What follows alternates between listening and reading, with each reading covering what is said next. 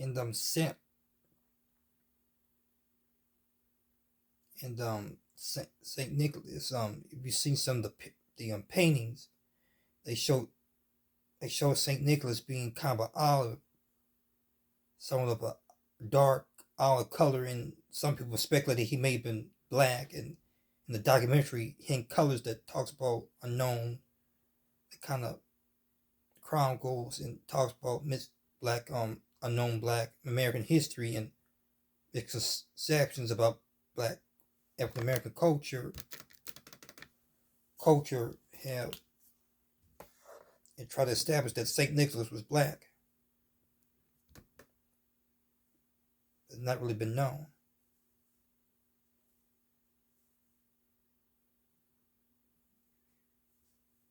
And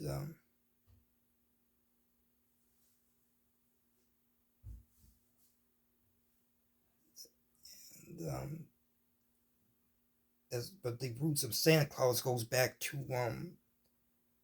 the earliest record of Santa Claus goes back to the 1820s with a author who wrote a book. I forget his name.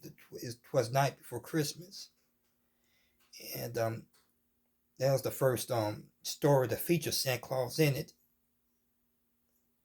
And there was different illustrations of Santa Claus. Some were kind of showed him as being kind of skinny. Some a kind of a drunken person, drunk person. See, kind of scary, I guess, figure. Just different versions of what Santa Claus looks like.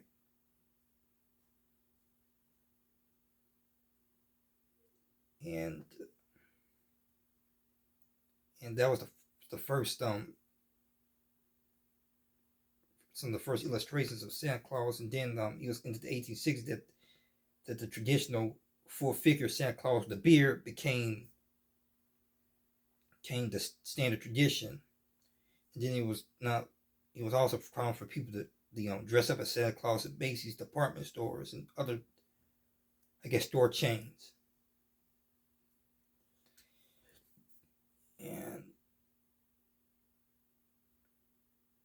And that was the origins of Santa Claus, and became popular among children. Of course, this holiday was mostly directed to children. Now, because there was a belief, because there was a turning point in that time period that of children being the center of the family and being taught values, morals, and trying to instill, I guess, good nature in the children at that time during the Industrial Revolution. So this kind of new attitude, enlightened attitude towards the family became applied to holidays such as Christmas.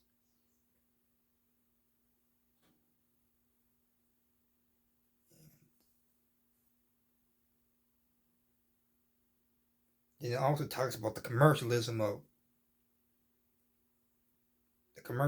Christmas, and how it's being focused more on material goods, on buying, and buying gifts, and needing always wanting to have gifts instead of focusing on the main thing around the holiday, which is the birth of baby Jesus, the birth of Christ, which I think now we take for granted.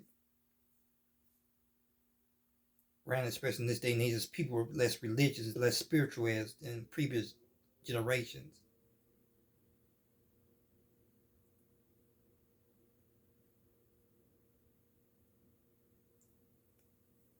And we've been taught this in church that about commercialism has been part of our lessons in church about commercialism of Christmas, and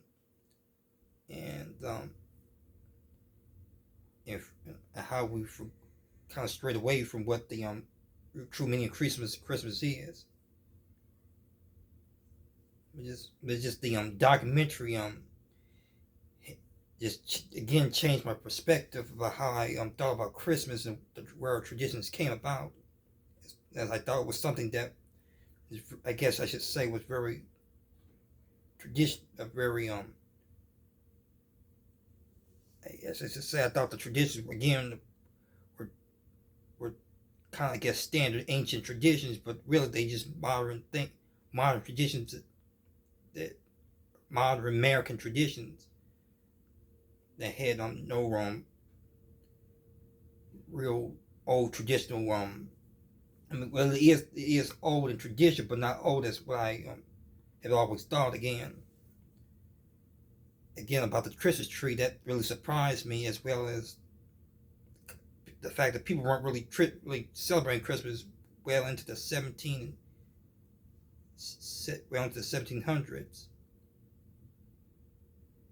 and